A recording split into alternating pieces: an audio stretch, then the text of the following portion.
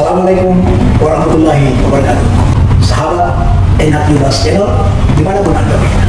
Mimpi saya sebagai anak bangsa, bagaimana Indonesia yang kita cintai dan banggakan ini mencapai cita-cita kemerdekaan yang dirumuskan dalam pembukaan Konstitusi Undang-Undang 45, yaitu Indonesia yang merdeka, bersatu, berdaulat, adil dan makmur. Dengan iklan itu, kita masih harapan cita-cita luhur bahwa bangsa ini berwujud pada tahun 2045, yaitu tepat 100 tahun Indonesia merdeka. 4 hari ini setelah 70 tahun kita hidup dalam tahun kemerdekaan, masyarakat bangsa kita masih diliputi berbagai masalah mendasar dan tak kunjung tuntas. Masa Orde Lama 45-66 disebut sebagai masa pembangunan karakter bangsa, nation building, dengan politik menjadi panglima, dan masa Orde Baru 66-98 disebut masa pembangunan nasional dan ekonomi sebagai panglima. Hari ini masa reformasi 1988 sampai sekarang disebut masa pembangunan nasional dengan demokrasi dan hukum sebagai panglima.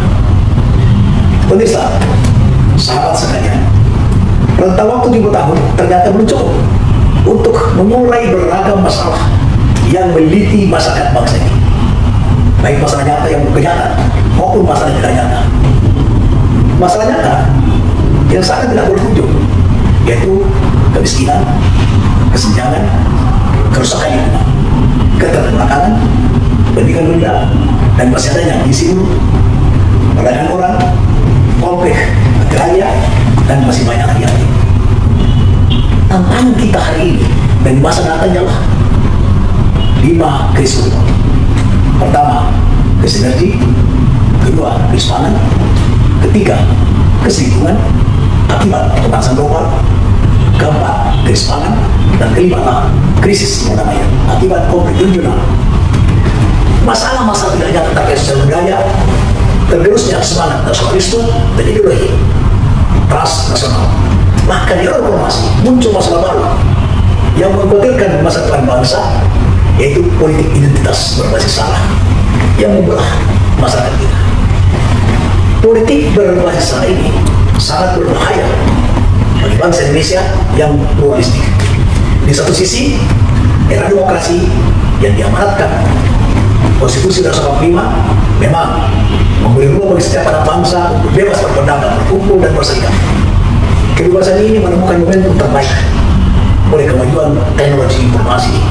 Di sisi lain, kemajuan teknologi informasi, terutama medsos, telah memberi ruang bagi berkembangnya ideologi transnasional yang mengganggu ideologi dan dasar negara Pancasila.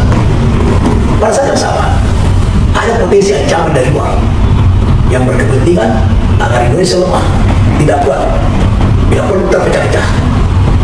Menyoroti berbagai masalah musik, krisis global dan dinamika politik keamanan regional, maka saya melihat bahwa pemilu serentak 2024 merupakan tonggak penting bagi negara kita. Mengapa? Karena pileg, pilpres, pilkada serentak 2024 akan melahirkan generasi pemimpin penentu di semua level strategis, mulai dari presiden, wakil presiden, gubernur, bupati, wali kota, anggota legislatif di semua tingkatan, baik DPR RI, DPRD provinsi, DPRD kabupaten kota, dan dewan perwakilan daerah.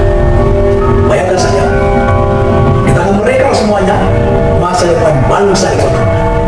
Karena itu adalah kewajiban segenap komponen bangsa untuk menciptakan, mengawal pemilu bersejarah 2024 agar proses dan outputnya berkualitas. Tentu saja sorotan publik terarah ke partai politik, karena penjaringan seluruh calon pemimpin itu ada di tangan partai politik di pusat maupun di daerah. Jadi kita hanya berpikir, kita tidak boleh hanya berpikir siapa presiden, siapa wakil presiden 2024-2029. Namun kita juga sama-sama harus berpikir mencari cara agar pemilu serentak 2024 benar-benar prosesnya bermutu. Nah, bermutu adalah penyelenggaranya bermutu sehingga outputnya juga bermutu. Karena itulah segenap komponen bangsa memimpikan satu hal yang sama, bahwa pemilu serentak 2024 berlangsung secara berkualitas, baik aspek penyelenggaranya maupun aspek substansinya.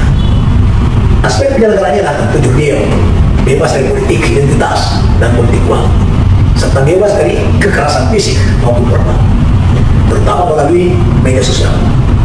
Aspek substansinya pertama, yaitu lewat pemilu 2024 akan lahir presiden, wakil presiden, anggota legislatif, bupati, gubernur, wali kota yang memiliki kapasitas, kapabilitas, dan integritas. Kedua ialah para elit yang lahir dari pemilu 2024 diharapkan memiliki visi program, strategi, dan komitmen kuat untuk negara, bangsa, dan daerah yang dipimpin. Saya mengakui bahwa Pilpres tetap menjadi epicentrum panggung politik nasional 2024. Ibarat alam semesta di mana matahari menjadi pusat dan bumi, planet dan bintang mengelilingi, sosok capres cawapres akan menjadi magnet terkuat yang akan menarik parpol, para calon legislatif, calon gubernur, bupati, dan wali kota. Pak Jokowi, presiden ketiga hasil Pilpres langsung yang menjadi amat reformasi.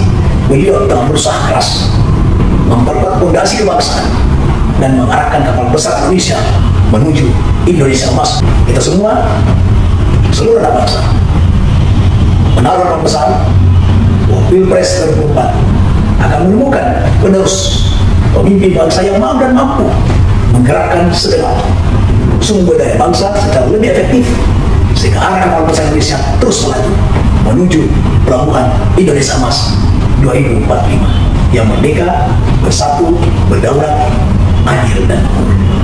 Assalamualaikum warahmatullahi wabarakatuh.